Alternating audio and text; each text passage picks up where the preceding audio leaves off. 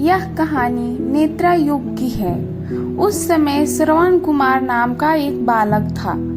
उसके माता पिता अंधे थे और उन्हें श्रवण को कई मुसीबतों का सामना करते हुए पाला था। श्रवण कुमार बचपन से ही अपने माता पिता का बहुत आदर करता था। जैसे जैसे श्रवण बड़ा होता गया, उसने घर की जिम्मेदारी अपने कंधों पर ले ली।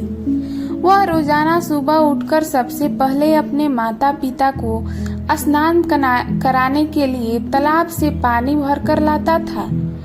इसके बाद वह तुरंत जंगल की ओर लकड़ियां बीनने जाता।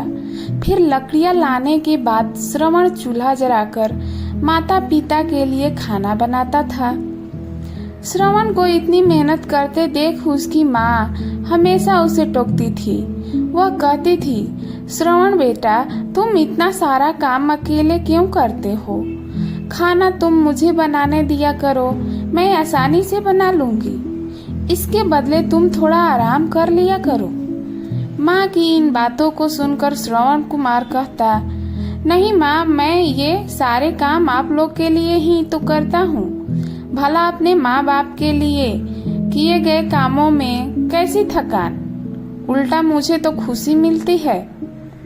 श्रवण कुमार की इन बातों को सुनकर उनकी माँ भावुक हो गई। वो रोज भगवान से प्रार्थना करती, हे प्रभु, इतना ध्यान रखने वाला श्रवण जैसा बेटा हर माता पिता के घर में पैदा हो।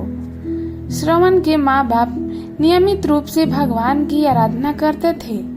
वह उनके लिए फूल और पूजा की अन्य सामग्री लाता, फिर खुद भी बिना देर किए माता पिता के साथ पूजा में शामिल हो जाता था। श्रवण कुमार धीरे धीरे बड़ा हुआ और जल्दी से घर के कार्यों को खत्म करके बाहर काम पर निकल जाता था। एक दिन श्रवण अपने माता पिता के साथ बैठा था। तभी उन्होंने श्रवण से कहा, बेटा, तुमने हमारी हर ख्वाहिश पूरा की है। अब हमारी केवल एक ही इच्छा है जिसे हम पूरी करना चाहते हैं। यह सुन श्रवण उसने पूछा, ऐसी कौन सी इच्छा बाकी है जिसे आप पूरा करना चाहते हैं? आप केवल आदेश दे, मैं आपकी हर ख्वाहिश पूरा करूंगा। इस पर श्रवण के पिता ने कहा, बेटा, अब हम बूढ़े हो चुके हैं और हम चाहते हैं कि मरने से पहले तीर्थ यात्रा के लिए जाएं। भगवान के शरण में जाकर हमें सुकून की प्राप्ति होगी। अपने माँ बाप की बात सुनकर श्रवण कुमार सोचने लग गया कि वह उनकी इच्छा को कैसे पूरा करेगा। उस समय बस और ट्रेन की सुविधा नहीं थी, साथ ही उसके माता पिता देख भी नहीं सकते थे। ऐसे में उन्हें तीर्थ यात्रा करना भला कैसे संभव हो पाता। तभी श्रवण कुमार को एक तरकीब सूझी। वह तुरंत बाहर गया और वहां से 2 बड़ी टोकरी लेकर आया। उसने उन दोनों टोकरियों को एक मजबूत डंडे में मोटी रस्सी के सहारे लटकाकर एक बड़ा सा तराजू बना लिया। फिर श्रवण कुमार ने उस तराजू में अपने माँ बाप को बारी बारी से गोद में उठाकर बैठा दिया। उसके बाद तराजू को अपने कंधों पर लेकर उन्हें तीर्थ यात्रा पर लेकर निकल पड़ा। वह लगातार कुछ दिनों तक अपने माता पिता को एक के बाद एक सभी पवित्र स्थलों पर घुमाने लगा। इस दौरान श्रवण कुमार ने अपने माता पिता को प्रयाग से लेकर काशी तक के दर्शन कराए। माता पिता को घूमते समय श्रवण कुमार उन्हें उन जगहों के बारे में भी बताते चलता था, क्योंकि वो आंखों से उस दृश्य को नहीं देख सकते थे। अपनी बेटे की मेहनत को देख उसके माता पिता बहुत खुश थे। उन्हें एक दिन श्रवण से कहा, बेटा, हम देख नहीं सकते, लेकिन कभी भी हमें इस बात का दुख नहीं हुआ। तुम हमारे लिए हमारी आंखें हो। तुमने हमें जिस तरह सारे पवित्र स्थलों की कथा सुनाकर उनके दर्शन कराए हैं, ऐसा लगता है जैसे कि हमने सच में प्रभु के दर्शन अपनी आंखों से किया। अपनी माता पिता की बातें सुनकर श्रवण ने कहा, आप लोग ऐसी बातें ना करें। बच्चों के लिए माता पिता कभी बोझ नहीं होते, यह तो बच्चों का धर्म होता है। एक दिन श्रवण कुमार आराम करने के लिए अयोध्या के पास अपने माता पिता के साथ रुका। तभी उसकी माँ ने अब पानी पीने की इच्छा जताई। श्रवण को पास में ही एक नदी दिखाई दी। उसने अपने माता पिता से कहा, आप दोनों यहाँ आराम करें, मैं आप लोग के लिए अभी पानी लेकर आता हूँ। नदी के पास पहुंचकर श्रवण कुमार कमंडल में पानी भरने लगा। उसी जंगल में अयोध्या के राजा दशरथ भी शिकार के लिए पहुंचे थे। पानी में हलचल की आवाज सुनकर उन्हें लगा कि कोई जानवर पानी पीने आया है।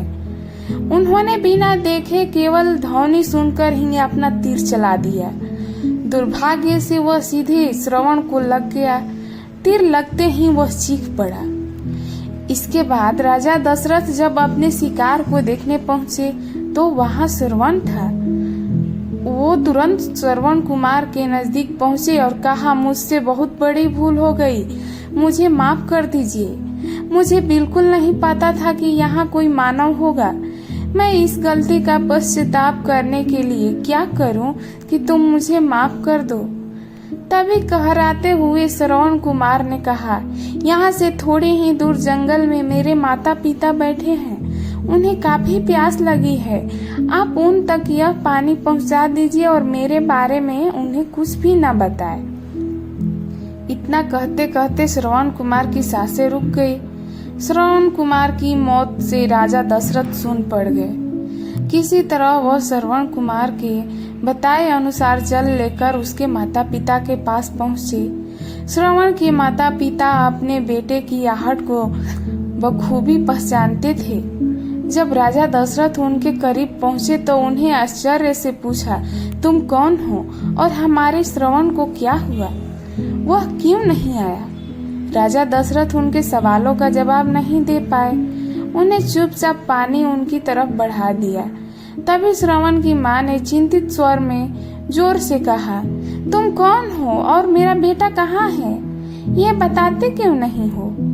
श्रवण की माँ की चिंता देखकर राजा दशरथ ने कहा, माँ मुझे माफ कर दीजिए। शिकार करने के लिए मैंने जो तीर चलाया था वो सीधे आपके बेटे श्रवण को जा लगा।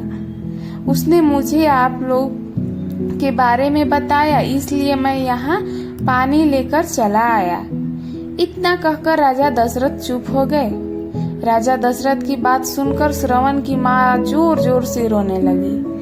उन दोनों ने अपने बेटे की मौत के गम में राजा दशरथ के लाए हुए पानी को हाथ तक नहीं लगाया। श्रवण के पिता ने तभी राजा दशरथ को पुत्र वियोग का श्राप दे दिया। कुछ ही देर बाद श्रवण के माता पिता ने अपने प्राण त्याग दिए। बताया जाता है कि श्रवण कुमार के पिता के श्राप के परिणाम स्वरूप ही राजा दशरथ को अपने पुत्र राम के से दूर रहना पड़ा था। राजा दशरथ के इस श्राप को पूरा करने के लिए ही भगवान राम को 14 वर्षों का वनवास हुआ, जिसका माध्यम दशरथ की पत्नी कैकेयी बनी। श्रवण के पिता की ही तरह राजा दशरथ भी अपने बेटे से दूरी को बर्दाश्त नहीं कर पाए और उन्हें अपना प्राण त्याग दिया। कहानी से सीख मिली, हर बच्चे को अपने माता पिता की सेवा श्रवण कुमार की तरह ही निस्वार्थ भाव से करनी चाहिए। यही उनका सबसे बड़ा काम है, कर्तव्य है। दोस्तों मेरी कहानी कैसी लगी कमेंट में जरूर बताएं।